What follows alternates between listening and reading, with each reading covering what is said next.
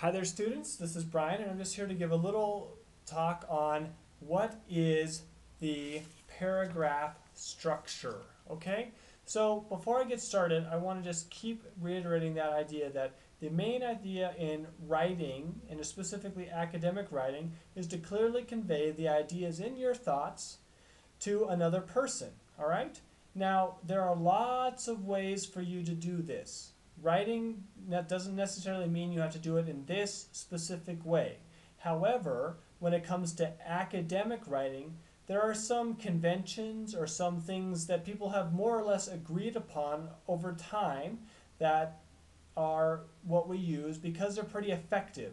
It's not because this is the only way to write your ideas down. Definitely not. It's just that people have over time started to agree that if you do these specific things, it's going to make your writing a little bit more clear to other people. So that's kind of a basic introduction. And when it comes to writing, whether it's a paragraph, even a sentence, or even an essay or a book, the basic idea is tell people what you're going to say, elaborate on what your points are, make it clear to them what your points are, and summarize what you said to them so that they have a very clear idea by the end of your work exactly what it is that you wanted to say. Okay?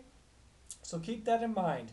Tell them what you're going to say, tell them in a clear way, and summarize your points. And then if you can do that in a paragraph or an essay, it's going to help you make sure that you're understood by your audience. So finally, just to get to paragraph structure specifically, we have three main things that we have in the paragraph structure. A paragraph, as you know, is one block of text. The first line should be indented so that we know that this is a paragraph by itself. It's very important.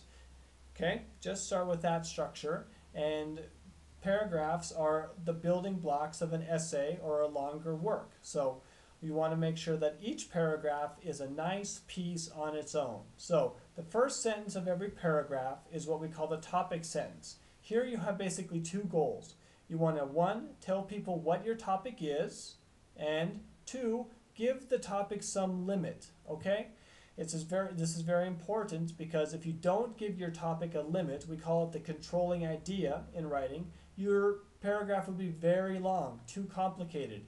Like if you just said, for example, the sun is a body in the sky, you would go on for a long time talking about what the sun is. However, if you give it some limit, then it's going to help your paper be more clear. Like the sun is a energy source for the earth that produces heat and light that keeps human beings alive.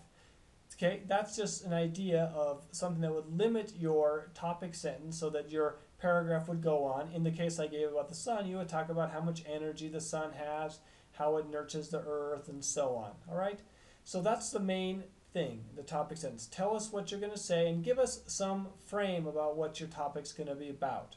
The second main part is all your supporting sentences. So after the topic sentence, your main job is explain what you're going to talk about and be as detailed as you can. You can use statistics, quotations, examples, and so on to make your point clear, all right? And don't be afraid to make your paragraph a little bit long. You can have as many sentences as you like. Generally speaking, a good paragraph should be between maybe 5 to 8, maybe 10, 12 sentences. But it can be long, it can even be kind of short. The main point is to get your audience to understand what you're talking about in your topic sentence. Make sure that your audience knows and understands what your main point is. That's your opportunity in the supporting sentences, okay? Now, when you're done explaining to people what you want to say, make sure that you know what you're going to say, that it's nice and clear. And then the last part is you want to make a concluding sentence. And that's just trying to summarize what you said. A lot of times the concluding sentence is going to look a little bit like the topic sentence because they have a relationship. You've told us in the topic sentence what you're going to say, then you made some details and supporting sentences, and then the concluding sentence is you're more or less just telling us again what you said. So there's a lot of connection. It makes a nice kind of ring composition. You started with something, told us what it is, and you basically end up back at the beginning with a repetition of the start. That way, when you're finally done, a paragraph is one nice, unified, coherent block that you can use in your essay. You can put it here, maybe you can move it here. it's its own block of material that's like a nice brick that builds the house that is going to be your essay or your book or your thesis or whatever it is. Okay? Make sure every paragraph can stand on its own with those three elements: topic sentence, supporting sentences, and a conclusion. Okay? That's it. If you want to do a little challenge, all I would like you to do is come to me and give me an example of something that you've written that you find pretty interesting. How did you write it and what was your main point? Okay, just give me an idea about something that you're proud about. Okay, that's it. Talk to you soon.